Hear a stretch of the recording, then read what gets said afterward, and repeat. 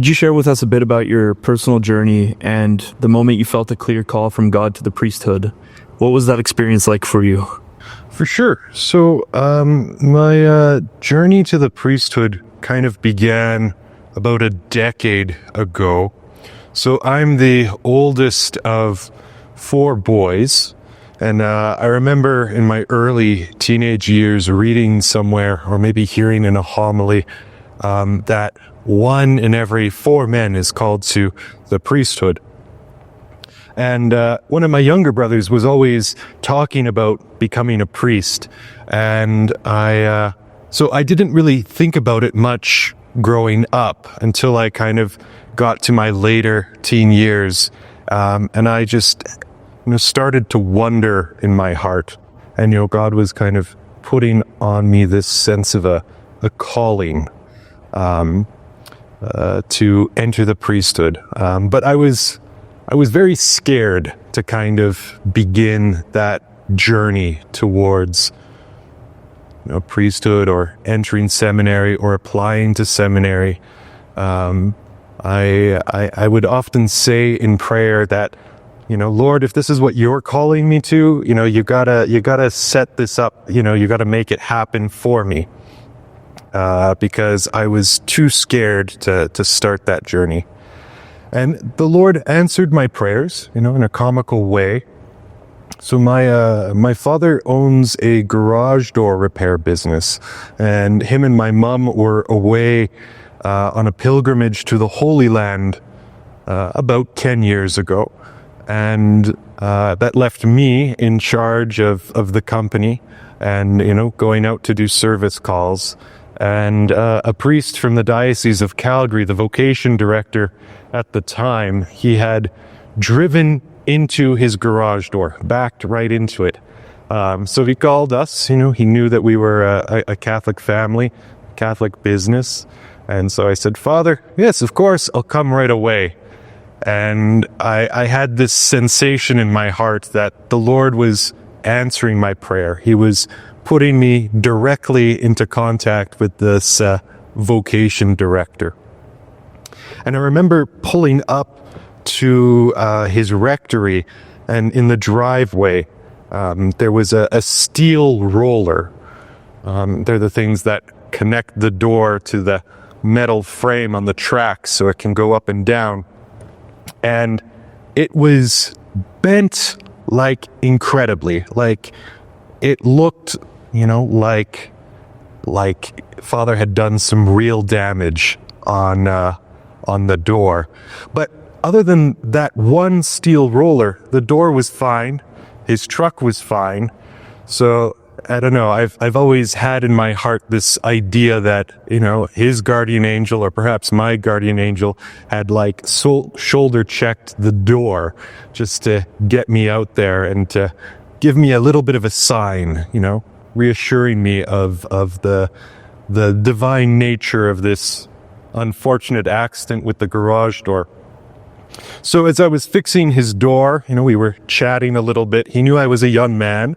And as the vocation director, he was asking me, have you ever thought about the priesthood? Hey guys, and welcome back to Lungs of Faith. Please don't forget to hit the like button, subscribe to the channel, and hit the bell notification for every time a brand new video drops. And that is often. Your support makes these videos possible and helps get well-rounded educational content from both lungs of the church, East and West, out to folks all around the world. Now with all that out of the way, let's get back into the interview. And of course I said, funny you mention that, Father. Yes, could we book an appointment so I could talk about my vocation? So we began to talk, and this was in the Roman Catholic Church. I grew up Roman Catholic.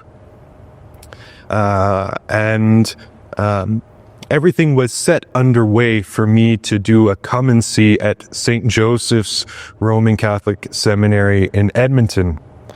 I had gone up and felt comfortable in the seminary there, being amongst the brother seminarians. But at the same time, I felt a little bit like a black sheep. Earlier, as I was discovering more and more about my faith, I had encountered the Jesus prayer. I had encountered various types of Orthodox prayers, especially the prayers after communion. And that became a real source of grace for me in my life, leading up to that point. And, but I knew I was Roman Catholic. At the time, I actually had no idea really that Eastern Catholics were a real thing. You know, all I knew was Roman Catholic and Orthodox. Nothing kind of in between. And funny enough, during my come and see at St. Joseph's, you know, the Jesus prayer kept coming to mind. And that's what I would pray every time we were in the chapel. I sometimes would talk to the other seminarians there, you know, trying to get a lay of the land. And I would share with them, you know, my particular devotion to keeping the prayer rule, with the Jesus prayer. And, you know, they thought I was kind of odd, but like, okay, cool. You know, I pray the rosary, you know, you pray the Jesus prayer, like it works. And so after that come and see, I felt, you know, convicted to, you know, continue with my application process for the Diocese of Calgary. And after a number of months, filling out a whole bunch of paperwork, you know, getting accepted into university, all I was waiting for was for two acceptance letters, one from St. Joseph's Seminary and one from my bishop at the time, you know, saying like, okay, go on up, I've got my blessing. So I had received an acceptance letter from St. Joseph's Seminary, and I was on top of the world, you know, excited that the Lord might be calling me in this direction of priesthood, calling me to at least enter into deeper discernment with Him. But a few days later, I received some very distressing news. My bishop hadn't given me permission to start seminary. And I quickly got another letter from St. Joseph's Seminary, you know, apologizing that they had sent my acceptance letter too soon. And so, you know, I was kind of feeling from one moment being on top of the world to like the deepest trench. But I spoke with my parents. You know, I knew that I had many years of university ahead of me. And we had come to the decision together for me to move up to Edmonton anyways, to begin my philosophy studies in university. And so, because I knew that I wanted to be a seminarian, that I knew that this is where the Lord was drawing me, I spent those first couple months in Edmonton trying to live the best life I could, you know, emulating what the life of a seminarian would look like. So I would try to go to daily mass, frequently would go to an adoration chapel in the city, and just praying the divine office.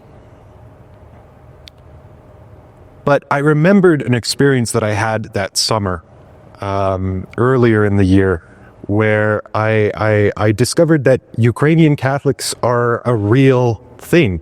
You know, you could be Catholic and Eastern.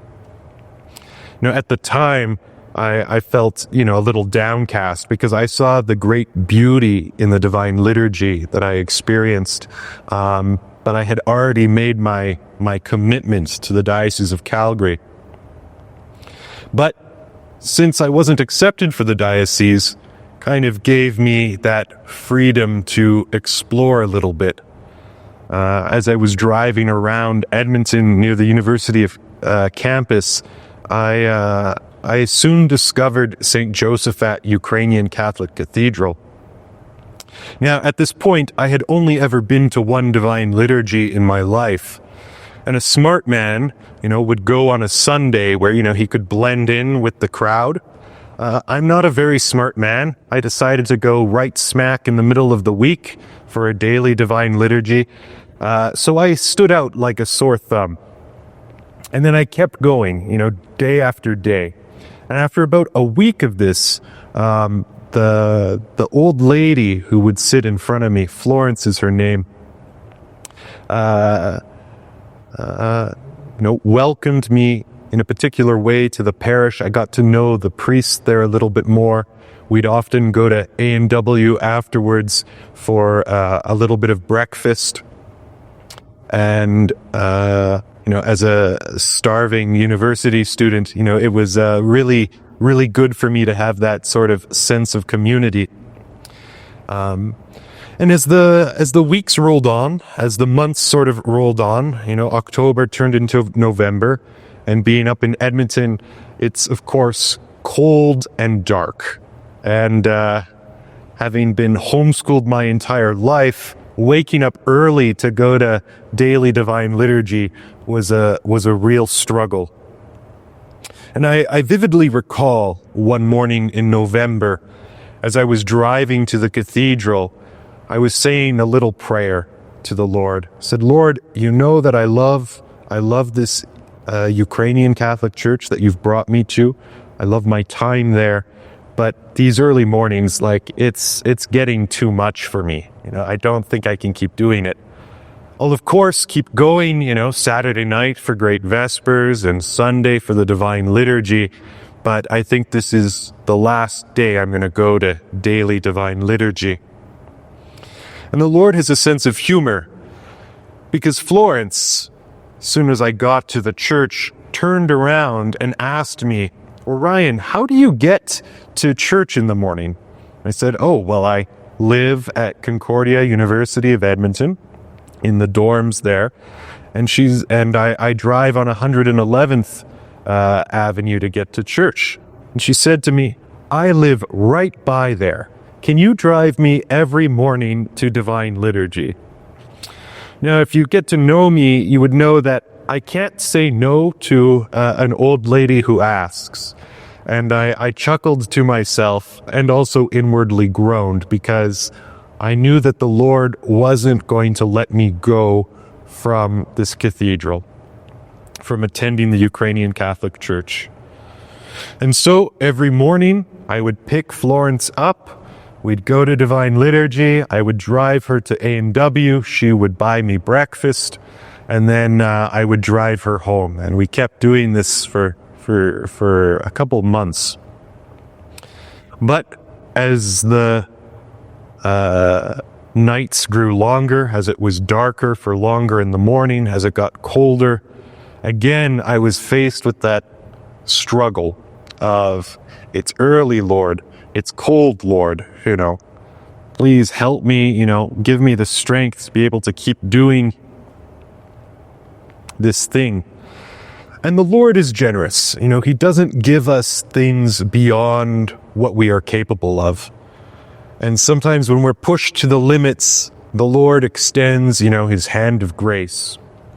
And so, even though it didn't feel like it at the time, near the beginning of December, my car was broken into. And of course, that's a distressing thing to happen. I'm, living on my own for the first time in a different city, freaking out right away.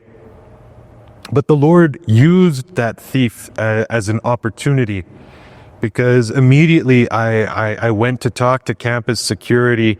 We need to resolve this thing, because where I was parking my car, it was just, prime territory for thieves to break in. And they said, well, we have one more parking slot available. And it so happened to be right outside my bedroom window. And I chuckled to myself again, because in the morning, from my bed, I could start my car so it was nice and warm in the morning by the time I got there. And that helped me push through those winter months. During this time, I, of course, got to know the priests and Bishop David at the cathedral. And I just grew more and more enamored with the Ukrainian Catholic Church. But I was also feeling a lot of spiritual distress. My spiritual father at the time was a Roman Catholic priest, and he had every good intention. I spoke to him about my exploration of the Ukrainian Catholic Church, and he gave me advice that wasn't very helpful. He told me, Orion, your vocation was conceived in the West. Well, it's nice from time to visit some of these other churches, to attend their services. You belong to the Roman Catholics, so stay Roman Catholic. And at this time, I had a strong devotion, and I still do, to Saint Therese of Lisieux. And so I began a novena. And earlier, I had a friend tell me when she was trying to decide what high school to go to, she would assign different colored flowers to the various high schools. So I thought, hey, that's a good idea. I'll steal her idea. And I said to the Lord and Saint Therese, if you're wanting me to be Ukrainian Catholic, give me golden roses, golden flowers. But if you want me to remain Roman Catholic, give me red flowers. So after the 9 days of novena, I was eagerly waiting to see, what colored flowers Saint Therese was going to send me. And Saint Therese, in past experience as well, she doesn't usually send me flowers, but baked goods. I was at the parish where I normally go for adoration at the time, and they had a farmer's market. And someone gave me a package of cookies for free. And so I thanked them right away, and then, went in the adoration chapel, praying to our Lord, asking Saint Therese for her intercession, when are you going to send me these flowers? When are you going to send me these flowers? And like a God moment, I just looked down from looking at the Eucharist, and I saw it almost popped right off of the packaging. The first ingredient in these cookies was flour. And these cookies were golden brown. So I took it as a sign like, okay, are you asking me to be Ukrainian Catholic? And then I had a sense wash over me. It wasn't like a voice or anything super mystical like that, but this sense to get up, get in my car, and start driving. And so I began to follow this sense that I had. Turn right here, turn right here, turn right here. Now, of course, I didn't grow up in Edmonton, so I had no idea where I was going. But I say divine intervention somehow led me to St. Josaphat's Cathedral again. And that just, sealed it for me in the sense of, okay, Lord, this is where you want me to be. This is where I will stay. But my conviction to really think about withdrawing my application from the Diocese of Calgary and applying for the Eparchy of Edmonton to be a seminarian didn't happen until January 1st. A friend of mine, he was the deacon assigned to the parish, Father Mike Bombach, was being ordained a priest. And so, of course, I told my parents, I know Christmas break goes for another week, but I need to go up to Edmonton. I gotta see this ordination. I want to celebrate with Father Mike. And at that ordination, I had another sense just come over me. I knew in my heart of hearts that whether or not God was calling me to the priesthood, that I belonged in the Ukrainian Catholic Church, that this is the place where he would make me holy. So shortly after that, I mustered up the courage, having already done so in my first application with the Diocese of Calgary. I spoke directly with Bishop David, saying, Bishop, I'd like to talk to you about my vocation. And he was very eager and gracious to chat with me about it. And immediately he invited me to go to Ottawa for a come and see there. He said the eparchy would cover the cost of my flights. Just buy a ticket, give us the receipt, and we'd reimburse you. So, first week of reading week, I get on a plane, fly to Ottawa, because that's where our seminary was at the time. And a little bit of a similar experience to when I was at St. Joseph's Seminary, except this time I wasn't, the odd man out. I wasn't the black sheep, so to speak. Everyone around me had, a chotki around their wrist, and would say the Jesus prayer. Everyone around me was constantly singing hymns from the Divine Liturgy and the various services. Even though I felt peace when I was at St. Joseph's Seminary, again, when I went to Holy Spirit Seminary, I knew I was home. I knew I was among my brothers. And shortly after, I withdrew my application from the Diocese of Calgary and applied for the Eparchy of Edmonton. Bishop accepted me graciously, but the seminary was in a period of transition. The Sheptytsky Institute, where a lot of our guys studied theology for many years, was moving from St. Paul's University in Ottawa to the University of Toronto. And the bishops had yet to decide whether or not the seminary would follow them to Toronto. So Bishop David, in his wisdom, not wanting me to have to transfer university after university after university, said for me to stay in Edmonton. So I began my formation in Edmonton for 2 years, while the bishops worked it out amongst themselves what the future of the seminary was going to look like. And the Lord was gracious to me, because I know for my parents it would have been hard for them to see me move so far away as Ottawa. Edmonton was kind of far enough for them at that time. And the bishop said, "We're going to move the seminary to Edmonton." So I felt a sense of joy, I don't have to move. The seminaries come to me. The Lord is good and gracious. So I spent about 8 years in the seminary. 2, sort of in eparchial formation. 1 year as kind of a propedeutic period with the eparchy. And then my second year I spent living in a monastery with the Basilian Fathers. And then the seminary arrived and came to Edmonton.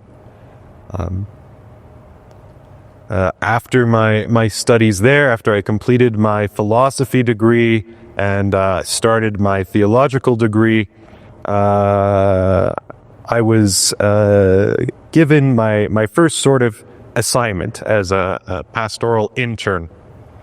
Bishop David, in his goodness, decided to send me back to Calgary, to the joy of my parents and my brothers and all my family that live here, where I spent a year at St. Stephen Proto-Martyr Parish, as well as Assumption of the Blessed Virgin Mary Parish in Calgary, under that same priest whose ordination really sealed it for me to become Ukrainian Catholic, Father Mike Bombach at St. Stephen's and Father Roman Planchuk at Assumption, a priest who's become a dear friend.